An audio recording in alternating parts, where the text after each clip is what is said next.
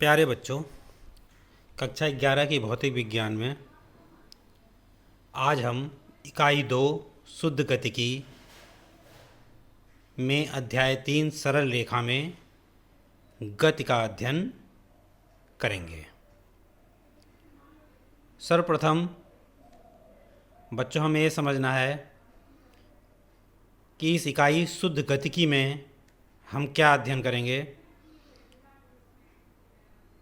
यहाँ से जो भौतिक विज्ञान का भाग हम शुरू करने जा रहे हैं, इस भाग को मुख्यतः यांत्रिकी के नाम से जाना जाता है। आपको पहले भी बताया गया है कि भौतिक विज्ञान में विभिन्न भागों में हम विषय को पढ़ते हैं। जैसे विद्युत पढ़ेंगे तो वह भाग विद्युत एवं चुंबकत्व कहलाएगा। प्रकाश पढ़ेंगे वो प्रकाश में पढ़ते हैं। आधुनिकी भौतिकी है, ऊष्मा का अध्ययन ऊष्मा में करते हैं। इसी तरह से एक भाग भौतिक विज्ञान में यांत्रिकी है, जिसमें हम वस्तु या निकायों की गति का अध्ययन करते हैं। इस यांत्रिकी को 3 भागों में बांटा जाता है, जैसा कि आपके स्क्रीन पर दिखाई दे रहा है। कौन कौन से 3 भाग हैं? पहला शुद्ध गतिकी, दूसरा गतिकी, तीसरा स्थैतिकी। शुद्ध गतिकी पहला है काइनेमेटिक्स, जो हमें आज प्रारंभ करना है। इसमें हम गति के कारणों पर ध्यान न देते हुए केवल वस्तु की गति का अध्ययन करते हैं। यानी कि वस्तु की गति किस कारण से हो रही है उससे हमें नहीं मतलब रहता है। हम केवल उसकी गति का अध्ययन करें बिना उसके कारण को कंसीडर किए हुए, तो इस भाग को हम शुद्ध गतिकी कहते हैं। कक्षा 11 में ही हम आगे चलकर गतिकी भी पढ़ेंगे, जहाँ से हम न्यूटन के गति के नियम पढ़ते हैं, उसमें हम गति के कारण का अध्ययन करते हैं। और गति का कारण होता है बल, तो वहाँ से हम बल का अध्ययन करते हैं। और स्थैतिकी में, जो हमें यहाँ पर इस पोर्शन में नहीं पढ़ना है, स्थैतिकी में जब किसी वस्तुओं पर बल लगता है, उसके बावजूद वह एक साम्य अवस्था में रहती है, गति नहीं करती है, बैलेंस रहती है, इक्विलिब्रियम रहती है, यह हम स्टैटिक्स में पढ़ते हैं, स्थैतिकी में पढ़ते हैं। तो बच्चों, आपको स्पष्ट हो गया होगा कि हमें यहाँ शुद्ध गतिकी में क्या पढ़ना है। हम वस्तु की गति का अध्ययन करेंगे बिना उसके कारण को ध्यान में रखते हुए।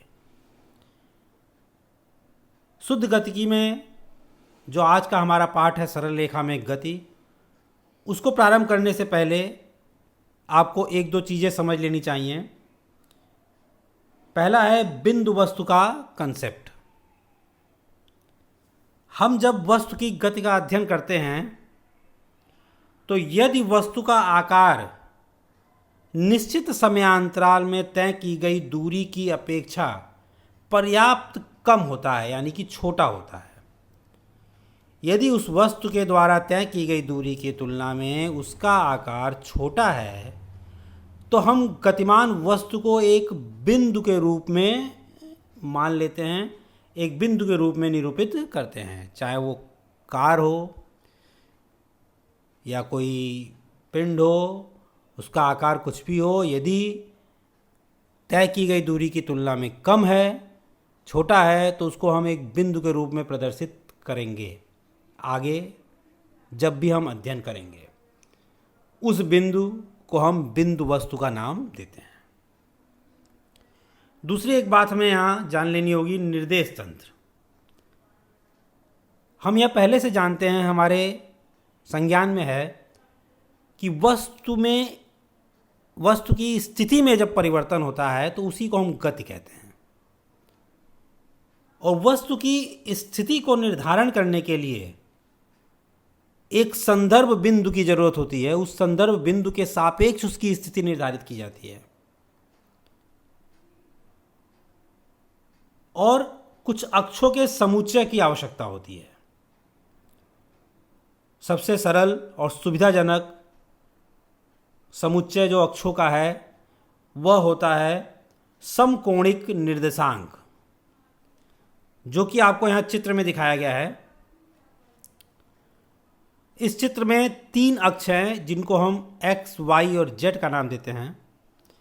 तीनों अक्ष जिस बिंदु पर काटते हैं उस बिंदु को हम मूल बिंदु या संदर्भ बिंदु कहते हैं, और तीनों अक्ष एक दूसरे के लंबवत होते हैं। इस तरह के निर्देशांक को हम समकोणिक निर्देशांक कहते हैं। और यह निर्देशांक जो होता है, इसमें यदि एक घड़ी रख दी जाए जो समय को बताती रहे, तो इस निर्देशांक में किसी भी वस्तु का किसी समय पर इन 3 निर्देशांकों के द्वारा उसकी स्थिति बताई जाती है, x, y और z के द्वारा। और इस निर्देशांक को हम निर्देश तंत्र कहते हैं। हम जब भी अध्ययन करते हैं तो अध्ययन करते समय इस निर्देश तंत्र का प्रयोग करना सबसे सुविधाजनक होता है। यह निर्देश तंत्र भी 2 तरह के होते हैं। आगे हम चल के इसको पढ़ेंगे जब न्यूटन्स के नियम पढ़ेंगे। जड़त्वीय निर्देश तंत्र और अजड़त्वीय निर्देश तंत्र।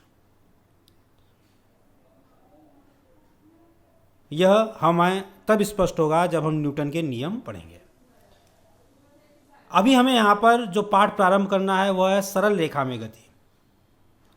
और सरल रेखा में गति जब वस्तु करती है तो उसकी स्थिति को बताने के लिए केवल एक निर्देशांक की ही जरूरत होती है। और इसी आधार पर हम गति को पुनः विभाजित करते हैं। देखिए यहाँ गति की परिभाषा दी गई है और इसका एक निर्देशांक तंत्र के संदर्भ में विभाजन दिया है। जब किसी वस्तु के एक या एक से अधिक निर्देशांक समय के साथ परिवर्तित होते हैं, हमारे निर्देशांक तंत्र में एक घड़ी है और उसके 3 निर्देशांक हैं x, y, z। इन तीनों निर्देशांकों में समय के साथ यदि कोई भी एक निर्देशांक या एक से अधिक निर्देशांक परिवर्तित हुआ तो उस वस्तु की स्थिति में परिवर्तन हो जाता है और वह वस्तु उस निर्देश तंत्र के सापेक्ष गतिमान कहलाती है।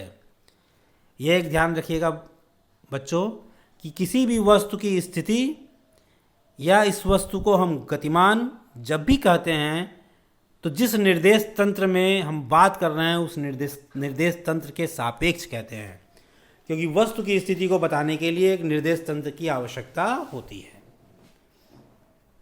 अब यहाँ पर 3 निर्देशांक हैं। यदि केवल एक ही निर्देशांक परिवर्तित हो रहा है तो इसका मतलब है कि वह एक बीमीय गति है। जैसे सरल रेखा में गति, यदि कोई कार एक सीधी रेखा में चल रही है सीधी सड़क पर तो वह एक बीमीय गति कहलाती है। उसके स्थिति को बताने के लिए केवल एक निर्देशांक की आवश्यकता होती है और एक ही निर्देशांक समय के साथ परिवर्तित होता है। यदि 2 निर्देशांक परिवर्तित होते हैं समय के साथ तो वह द्विबीमीय गति कहलाती है। इसे हम समतल में गति कहते हैं। इसको भी हम आगे अध्ययन करेंगे। इसमें हम वृत्तीय गति, प्रक्षेप्य गति अध्ययन करेंगे। त्रिविमीय गति जिसमें तीनों निर्देशांक समय के साथ परिवर्तित होते हैं तो वह त्रिविमीय गति कहलाती है। इसको मोशन इन स्पेस कहते हैं, आकाश में गति। तो यहाँ सरल रेखा में गति, समतल में गति और आकाश में गति। जैसे एक सीधी रेखा में कोई कार चल रही है सीधी सड़क पर तो वह सरल रेखा में गति है।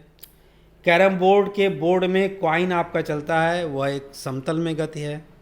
और एक पतंग हवा में उड़ रही है तो वह एक आकाश में गति का उदाहरण है। अब जब वस्तु गति करती है तो हमें सबसे पहले भौतिक राशि जो पढ़नी होती है यहाँ वह है पथ लंबाई, जिसको दूरी कहते हैं या डिस्टेंस कहते हैं। किसी निश्चित समयांतराल में गतिमान वस्तु द्वारा जो पथ तय किया जाता है, जब भी कोई वस्तु गतिमान होगी तो कुछ पथ तय करेगी, कोई रास्ता तय करेगी। वह पथ जो जितना भी तय करे, किसी भी दिशा में चलती जाए, उस पथ की लंबाई हम ले लें यदि तो वह पथ लंबाई या दूरी कहलाती है जो वस्तु के द्वारा तय की गई है उस निश्चित समयांतराल में। यहां पर उसकी दिशा से मतलब नहीं है। एक छात्र अपने घर से चलता है, विद्यालय जाता है, विद्यालय से बाजार जाता है, बाजार से घर वापस आ जाता है। वह जहाँ था वहीं वापस आ गया, उसी स्थिति पर वापस आ गया, लेकिन उसने जितना पथ तय किया उस पथ की कुल लंबाई ले ली जाए तो वह उसके द्वारा तय की गई दूरी हुई। लेकिन उस वस्तु, उस छात्र की स्थिति में परिवर्तन, अंत में कोई परिवर्तन नहीं हुआ। इसलिए व्यवहारिक रूप से उसके स्थिति में परिवर्तन को परिभाषित करने के लिए हम एक दूसरी राशि परिभाषित करते हैं जिसको विस्थापन कहते हैं। यानी कि विस्थापन को एक निश्चित समयांतराल के बाद वस्तु की स्थिति में परिवर्तन के रूप में परिभाषित किया जाता है। यानी कि उसकी स्थिति में जो परिवर्तन होता है उसको हम विस्थापन कहते हैं। एक उदाहरण हम यहाँ देखते हैं। एक सीधी रेखा पर बीच में आपको एक बिंदु O दिखाई दे रहा है। यह हम मूल बिंदु मान लेते हैं इसको 0। इसके बाद इसके दाहिनी तरफ चलते हैं तो यह दूरी मीटर में 40, 80, 120, 160, 200, 240, 280 इस तरह से दी है। और इसके बाएं तरफ जब चलेंगे तो ऋणात्मक में -40, -80, -120 है। माना एक वस्तु O पर है, वह मूल बिंदु O पर है, उसकी स्थिति वहाँ 0 मानी जाएगी। अब एक निश्चित समय के बाद मान लीजिए वह कुछ समय में बिंदु Q पर पहुंच जाता है। तो बिंदु Q पर पहुंच जाता है तो इतने समय में उसने कितनी दूरी तय की गई? 0 से उसकी स्थिति 160 तक गया, वो 160 मीटर उसके द्वारा तय की गई दूरी होगी, यह पथ लंबाई होगी। अब मान लीजिए फिर वह Q से P तक चला जाता है, 160 से 180 तक पहुंच जाता है, 280 तक। तो मूल बिंदु से उसने तय की गई दूरी क्या होगी? 280 होगी। अब यदि वह वस्तु P से वापस Q पर आ जाती है तो वापस Q पर आएगी तो 280 से 160 यानी कि 120 मीटर की दूरी वो फिर तय करेगा। तो यानी कि अब दूरी कितनी हो जाएगी? 280 प्लस 120 और चला वो P से Q वापस आने में, 280 प्लस 120 400 हो गई। फिर वो Q से वापस O पर आता है तो फिर उसने 160 दूरी तय की, 400 प्लस 160 560 दूरी हो गई। यानी कि उसके द्वारा तय की गई दूरी कितनी हुई? 560 हुई। अब यदि वह R पर चला जाए तो R पर चला जाए तो 120 वो बाएं गया, फिर उसने 120 मीटर दूरी तय की गई तो 560 में फिर 120 जोड़ देंगे, 680 मीटर की दूरी उसने तय कर ली। लेकिन यदि हम R बिंदु पर उस स्थिति का विस्थापन देखेंगे उस वस्तु का, तो उस वस्तु का विस्थापन पहले उसकी स्थिति O पर 0 थी और R पर उसकी स्थिति -120 है, तो उसका विस्थापन कितना होगा? -120 होगा। अर्थात विस्थापन ऋणात्मक हो सकता है। यदि वह O से Q पर गया और Q से P पर आया और P से वापस O पर आ गया तो विस्थापन उसका कितना हुआ? वह O पर ही था और फिर पुनः O पर है तो विस्थापन 0 है। इसका मतलब विस्थापन 0 हो सकता है, लेकिन तय की गई दूरी इस समय कितनी है? 560 मीटर की है। इस उदाहरण से आप दूरी और विस्थापन में अंतर समझ गए होंगे। इससे निष्कर्ष क्या निकला? इस उदाहरण से यह निष्कर्ष निकला, पहला निष्कर्ष स्क्रीन पर आप देख सकते हैं, दोनों को मीटर एक SI मात्रक में नापा जाता है। यानी कि विस्थापन कहिए चाहे दूरी कहिए, दोनों को मीटर में नापा जाता है। विस्थापन दूरी के बराबर होगा अथवा उससे कम होगा।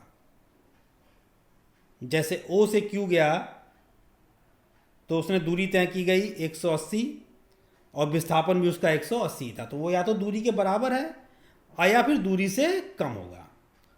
दूरी सदैव धनात्मक होगी क्योंकि हम लंबाई नापते जाएंगे तो वह धनात्मक होगी, जुड़ता जाएगा लंबाई।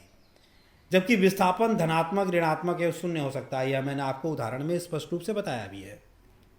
दूरी एक अदिश राशि है क्योंकि दूरी में किसी दिशा से मतलब नहीं होता है, केवल उसकी तय की गई पथ की लंबाई का परिमाण लेना होता है। जबकि विस्थापन एक सदिश राशि है। अब आइए हम देखते हैं, जब कोई वस्तु समान समय अंतराल में समान दूरी तय करता है तो उस वस्तु की गति को एक समान गति कहते हैं। एक समान गति होती है, एक असमान गति होती है। एक समान गति का मतलब निश्चित समय अंतराल में, समान समय अंतराल में समान दूरी तय करे तो उसकी गति एक समान गति कहलाती है, और यदि ऐसा नहीं करती है तो वह असमान गति कहलाती है। यदि हम इसको स्थिति समय ग्राफ से समझें, स्थिति समय ग्राफ का मतलब है स्थिति और समय के बीच एक ग्राफ बना रहे हैं। क्योंकि हम यहाँ सरल रेखा में गति की ही बात कर रहे हैं और इसकी ही बात करेंगे इस पाठ में, तो सरल रेखा में गति की बात करते समय हमें केवल एक निर्देशांक की जरूरत होती है। वह निर्देशांक हम x ले रहे हैं यहाँ पर। तो x उसकी स्थिति हुई और t उसका समय हुआ। एक अक्ष पर हम समय ले लेते हैं t और एक अक्ष पर दूरी ले लेते हैं x। अब यहां पर दो स्थितियों के ग्राफ हमने बनाए। देखिए, किसी एक बिंदु पर स्थित वस्तु के लिए मान लीजिए एक वस्तु 40 मीटर पर रुकी हुई है। वह 40 मीटर पर यदि उसकी स्थिति है तो समय 10 सेकंड, 0 पर वो 40 पर है, यहाँ है 40 पर, 0 पर, 10 पर भी वो 40 पर है, 20 सेकंड पर भी वो 40 पर है, 30 सेकंड पर भी 40 पर है। तो यह रेखा क्या आएगी? एक्स अक्ष के समांतर एक रेखा मिलेगी। यानी कि स्थिति समय ग्राफ यदि आप बनाएं और वह समय अक्ष के समांतर है तो इसका अर्थ है कि वह वस्तु क्या है? उस बिंदु पर स्थिर अवस्था में है, गतिमान नहीं है। दूसरी तरफ जो ग्राफ बना हुआ है वो एक समान गतिमान वस्तु का बना है। यदि एक समान गति से यदि वस्तु वो गति कर रही है तो उसका स्थिति समय ग्राफ इस तरह से सीधी रेखा आता है। यानी कि स्थिति समय ग्राफ यदि इस तरह का है तो यह माना जाता है कि उसकी गति कैसी है? एक समान गति है। और ऐसा नहीं आता है तो इसका मतलब उसकी गति असमान गति है।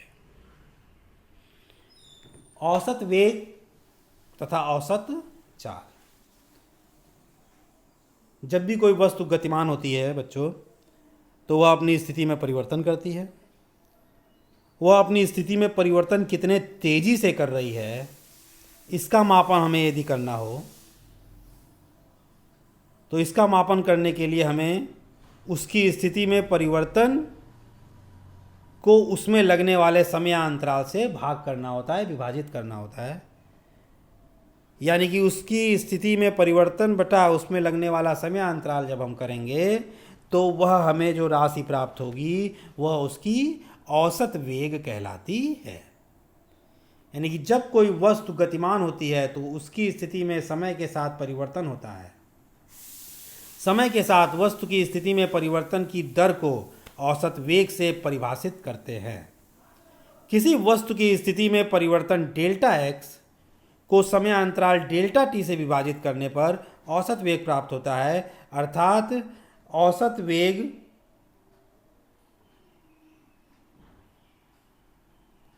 v के ऊपर एक बार लगाते हैं, v वेलोसिटी को v से रिप्रेजेंट करते हैं, वेग मतलब वेलोसिटी।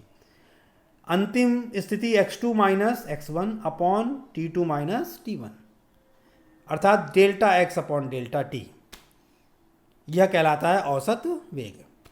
अब यहाँ पर उसकी स्थिति x2 और x1 के चिन्ह के अनुसार, यानी वो कितना कैसे विस्थापित हुआ है, तो x2 और x1 के चिन्ह के अनुसार ही औसत वेग का चिन्ह आएगा।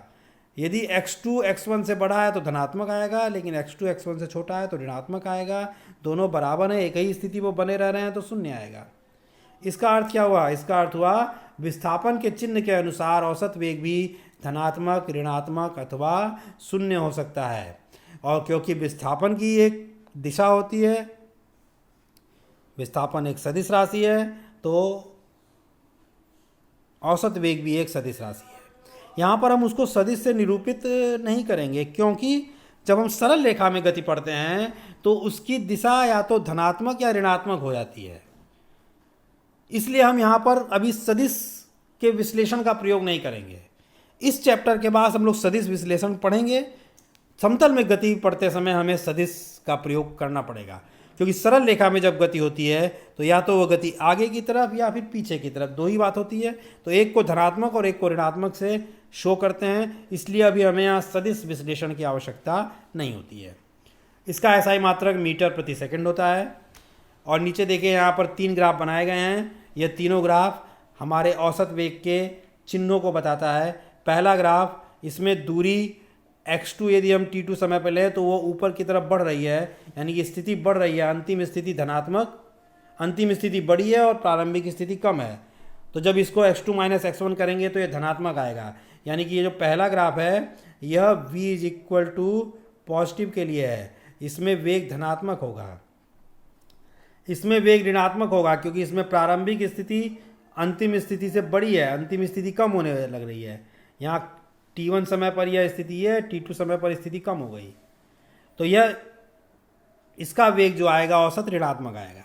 और यहाँ पर वेग शून्य आएगा क्योंकि यहाँ स्थिति में परिवर्तन नहीं हो रहा है।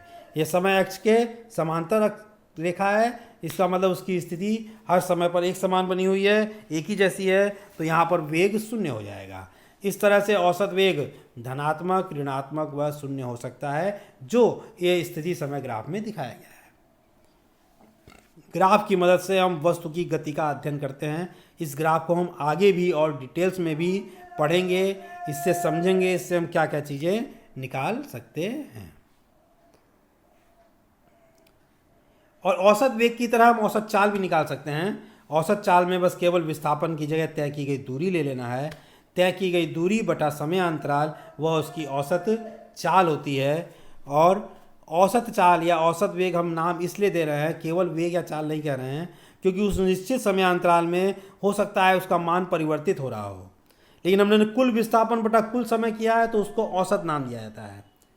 यदि वो परिवर्तित हो रहा है और अलग अलग समय पर अलग अलग है तो यह मान औसत आया है। यदि हमें किसी क्षण पर मान निकालना है किसी एक निश्चित स्थिति पर, तो वह हम तात्कालिक मान निकालते हैं और उसको तात्कालिक वेग तथा तात्कालिक चाल कहते हैं, जिसको हम लोग अगले लेक्चर में पढ़ेंगे। और तात्कालिक वेग और तात्कालिक चाल पढ़ने के बाद हम त्वरण पढ़ेंगे और एक समान त्वरण के लिए गति के समीकरणों का अध्ययन करेंगे।